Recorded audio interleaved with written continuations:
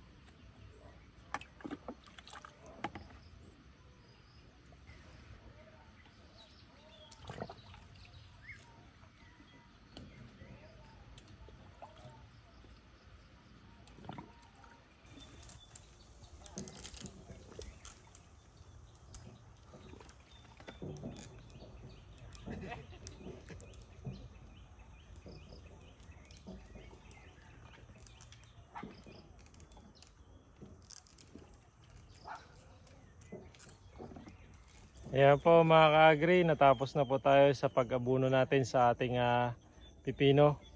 Ito po bali yung pangalawang abuno natin. Nung una po ay nag-complete tayo. Tapos ngayon po ay urea na.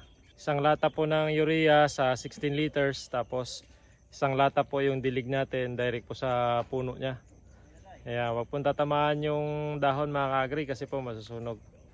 So yan lang po mga ka-agri, maraming po salamat sa inyong pagsubaybay. Ingat po kayo palagi, happy farming po.